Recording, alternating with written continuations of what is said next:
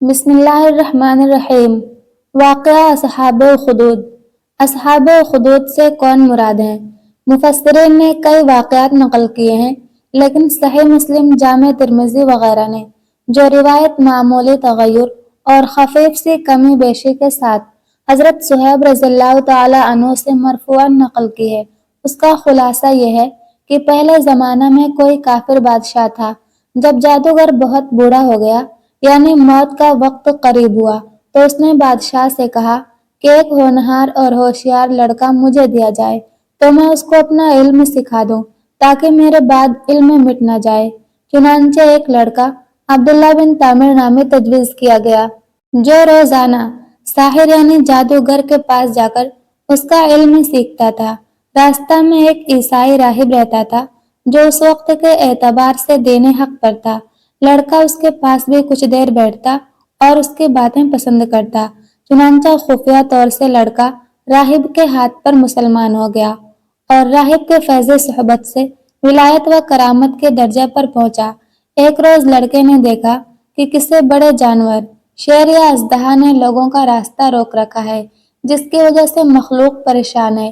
لڑکے نے ایک پتھر ہاتھ میں لے کر دعا کی کہ اے اللہ، اگر تجھے بجائے جادوگر کے راہب کا دین پسند ہو تو اس پتھر سے اس جانور کا کام تمام کر دے تاکہ لوگ اپنا اپنا راستہ لیں۔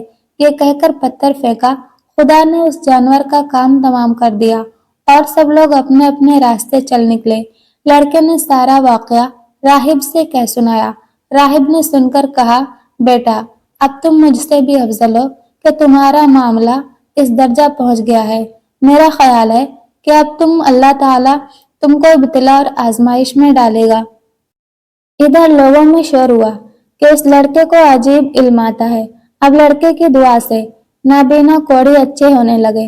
بادشاہ کا ایک ہمنشین نابینا تھا، اس نے جو سنا تو بہت سے تحفے تحائف لے کر لڑکے کے پاس آیا اور کہنے لگا، اگر تو مجھے شفا دے تو یہ سب تیرا ہے۔ لڑکے نے کہا کہ میں کسی کو شفا نہیں دے سکتا، شفا دینے والا تو اللہ ہے۔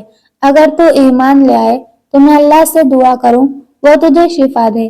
چنانچہ وہ ایمان لے آیا اور اسے شفا ہو گئی۔ وہ جب بادشاہ کے پاس آ کر بیٹھا تو اس نے دریافت کیا کہ تجھے دوبارہ بینائی کس نے دی؟ اس نے کہا، میرے رب نے۔ بادشاہ کہنے لگا، کیا میرے سوا تیرا اور کوئی رب ہے؟ اس نے جواب دیا، ہاں، میرا اور تیرا رب اللہ ہے۔ اس پر وہ بہت برہم ہوا اور اس شخص کو گرفتار کر کے طرح طرح کی تکلیفیں دینے لگا۔ آخر اس نے لڑکے کا پتہ بتا دیا، چنانچہ لڑکا لایا گیا۔ بادشاہ اس سے کہنے لگا کہ اب تو تیرا جادو اس درجہ چلنے لگا کہ اس سے کوڑی اور نابینا تک اچھے ہونے لگے۔ لڑکے نے جواب میں کہا کہ میں کسی کو اچھا نہیں کرتا، اللہ شفا دیتا ہے۔ اس پر اس نے لڑکے کو بھی پکڑ کے ستانا شروع کیا۔ اس نے راہب کا واقعہ کہہ سنایا۔ اس پر راہب طلب کیا گیا۔ کچھ گفتگو اور بحث کے بعد راہب اور ہمنشین اندھے کو قتل کر دیا اور لڑکے عبداللہ بن تامر کے متعلق حکم دیا کہ اس کو کسی اونچے پہاڑ سے گرا کر ہلاک کر دیا جائے، مگر خدا کی قدرت، جو لوگ اس کو لے کر گئے تھے سب پہاڑ سے گر کر ہلاک ہو گئے اور لڑکا صحیح سالم چلا آیا۔ پھر بادشاہ نے دریا میں غرق کرنے کا حکم دیا۔ وہاں بھی یہی صورت پیش آئی کہ لڑکا صاف بچ کر نکل آیا اور جو لے کر گئے تھے وہ سب دریا میں ڈوب گئے۔ آخر لڑکے نے بادشاہ سے کہا کہ میں خود اپنے مرنے کی ترکیب بتلاتا ہوں، آپ سب لوگوں کو ایک میدان میں جمع کریں، ان کے سامنے مجھ کو سولی پر لٹکائیں اور یہ لفظ کہہ کر مجھ پر تیر چلائیں، بسم اللہ رب الغلام، اس اللہ کے نام پر جو لڑکے کا رب ہے۔ چنانچہ بادشاہ نے ایسا ہی کیا۔ تیر لڑکے کی کنپٹی پر بیٹھا۔ لڑکے نے اپنے ہاتھ کنپٹی پر رکھا اور اپنے رب کے نام پر قربان ہو گیا۔ لوگوں نے جو یہ دیکھا تو بے ساختہ پکار اٹھے، آمنا برب الغلام، آمنا برب الغلام، ہم سب لڑکے کے رب پر ایمان لائے۔ مصاحبوں نے بادشاہ کے کان بھرے کہ لیجئے، جس چیز کی روک تھام کر رہے تھے وہی پیش آئی۔ پہلے تو اکا دکا مسلمان ہوتا تھا، اب تو چند درباریوں کے سوا سب مسلمان ہو گئے۔ بادشاہ نے غصہ میں آ کر بڑی بڑی خندقیں کھدوائیں اور ان کو آگ سے بھروا کر اعلان کیا کہ جو شخص دین اسلام سے نہ پھرے گا اس کو ان خندقوں میں جھونک دیا جائے گا۔ آخر لوگ آگ میں ڈالے جا رہے تھے لیکن اسلام سے نہیں ہٹتے تھے۔ ایک مسلمان عورت لائی گئی جس کی گود میں دودھ پیتا بچہ تھا۔ جب خندق کے پاس لائی گئی تو شاید بچہ کی وجہ سے گھبرائی، مگر بچہ نے فوراً خدا کے حکم سے آواز بلند کی کہ اماں جان صبر کر، تو حق پر ہے۔ بہرحال سارے لوگ ایمان پر قائم رہے۔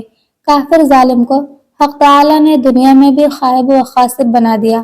محمد ابن اسحاق کی روایت میں ہے کہ یہ لڑکا عبداللہ بن تامر جس جگہ مدفون تھا، اتفاقاً کسی ضرورت سے وہ زمین حضرت فاروق اعظم رضی اللہ تعالیٰ عنہ کے زمانے میں کھودی گئی تو اس میں عبداللہ بن تامر کی لاش صحیح سالم اس طرح برآمد ہوئی کہ وہ بیٹھے ہوئے تھے اور ان کا ہاتھ کنپٹی پر رکھا ہوا تھا جہاں تیر لگا تھا۔ کسی دیکھنے والے نے ان کا ہاتھ اس جگہ سے ہٹا دیا تو زخم سے خون جاری ہو گیا، پھر ویسے ہی رکھ دیا تو بند ہو گیا۔ اس کے ہاتھ میں ایک انگوٹھی تھی جس پر لکھا ہوا تھا اللہ ربی۔ عامل یمن نے اس واقعہ کی اطلاع حضرت فاروق اعظم رضی اللہ تعالیٰ عنہ کو دی تو آپ نے جواب میں لکھا کہ ان کو ان کی ہیئت پر انگوٹھی سمیت اسی طرح چھپا دو جیسے پہلے تھے۔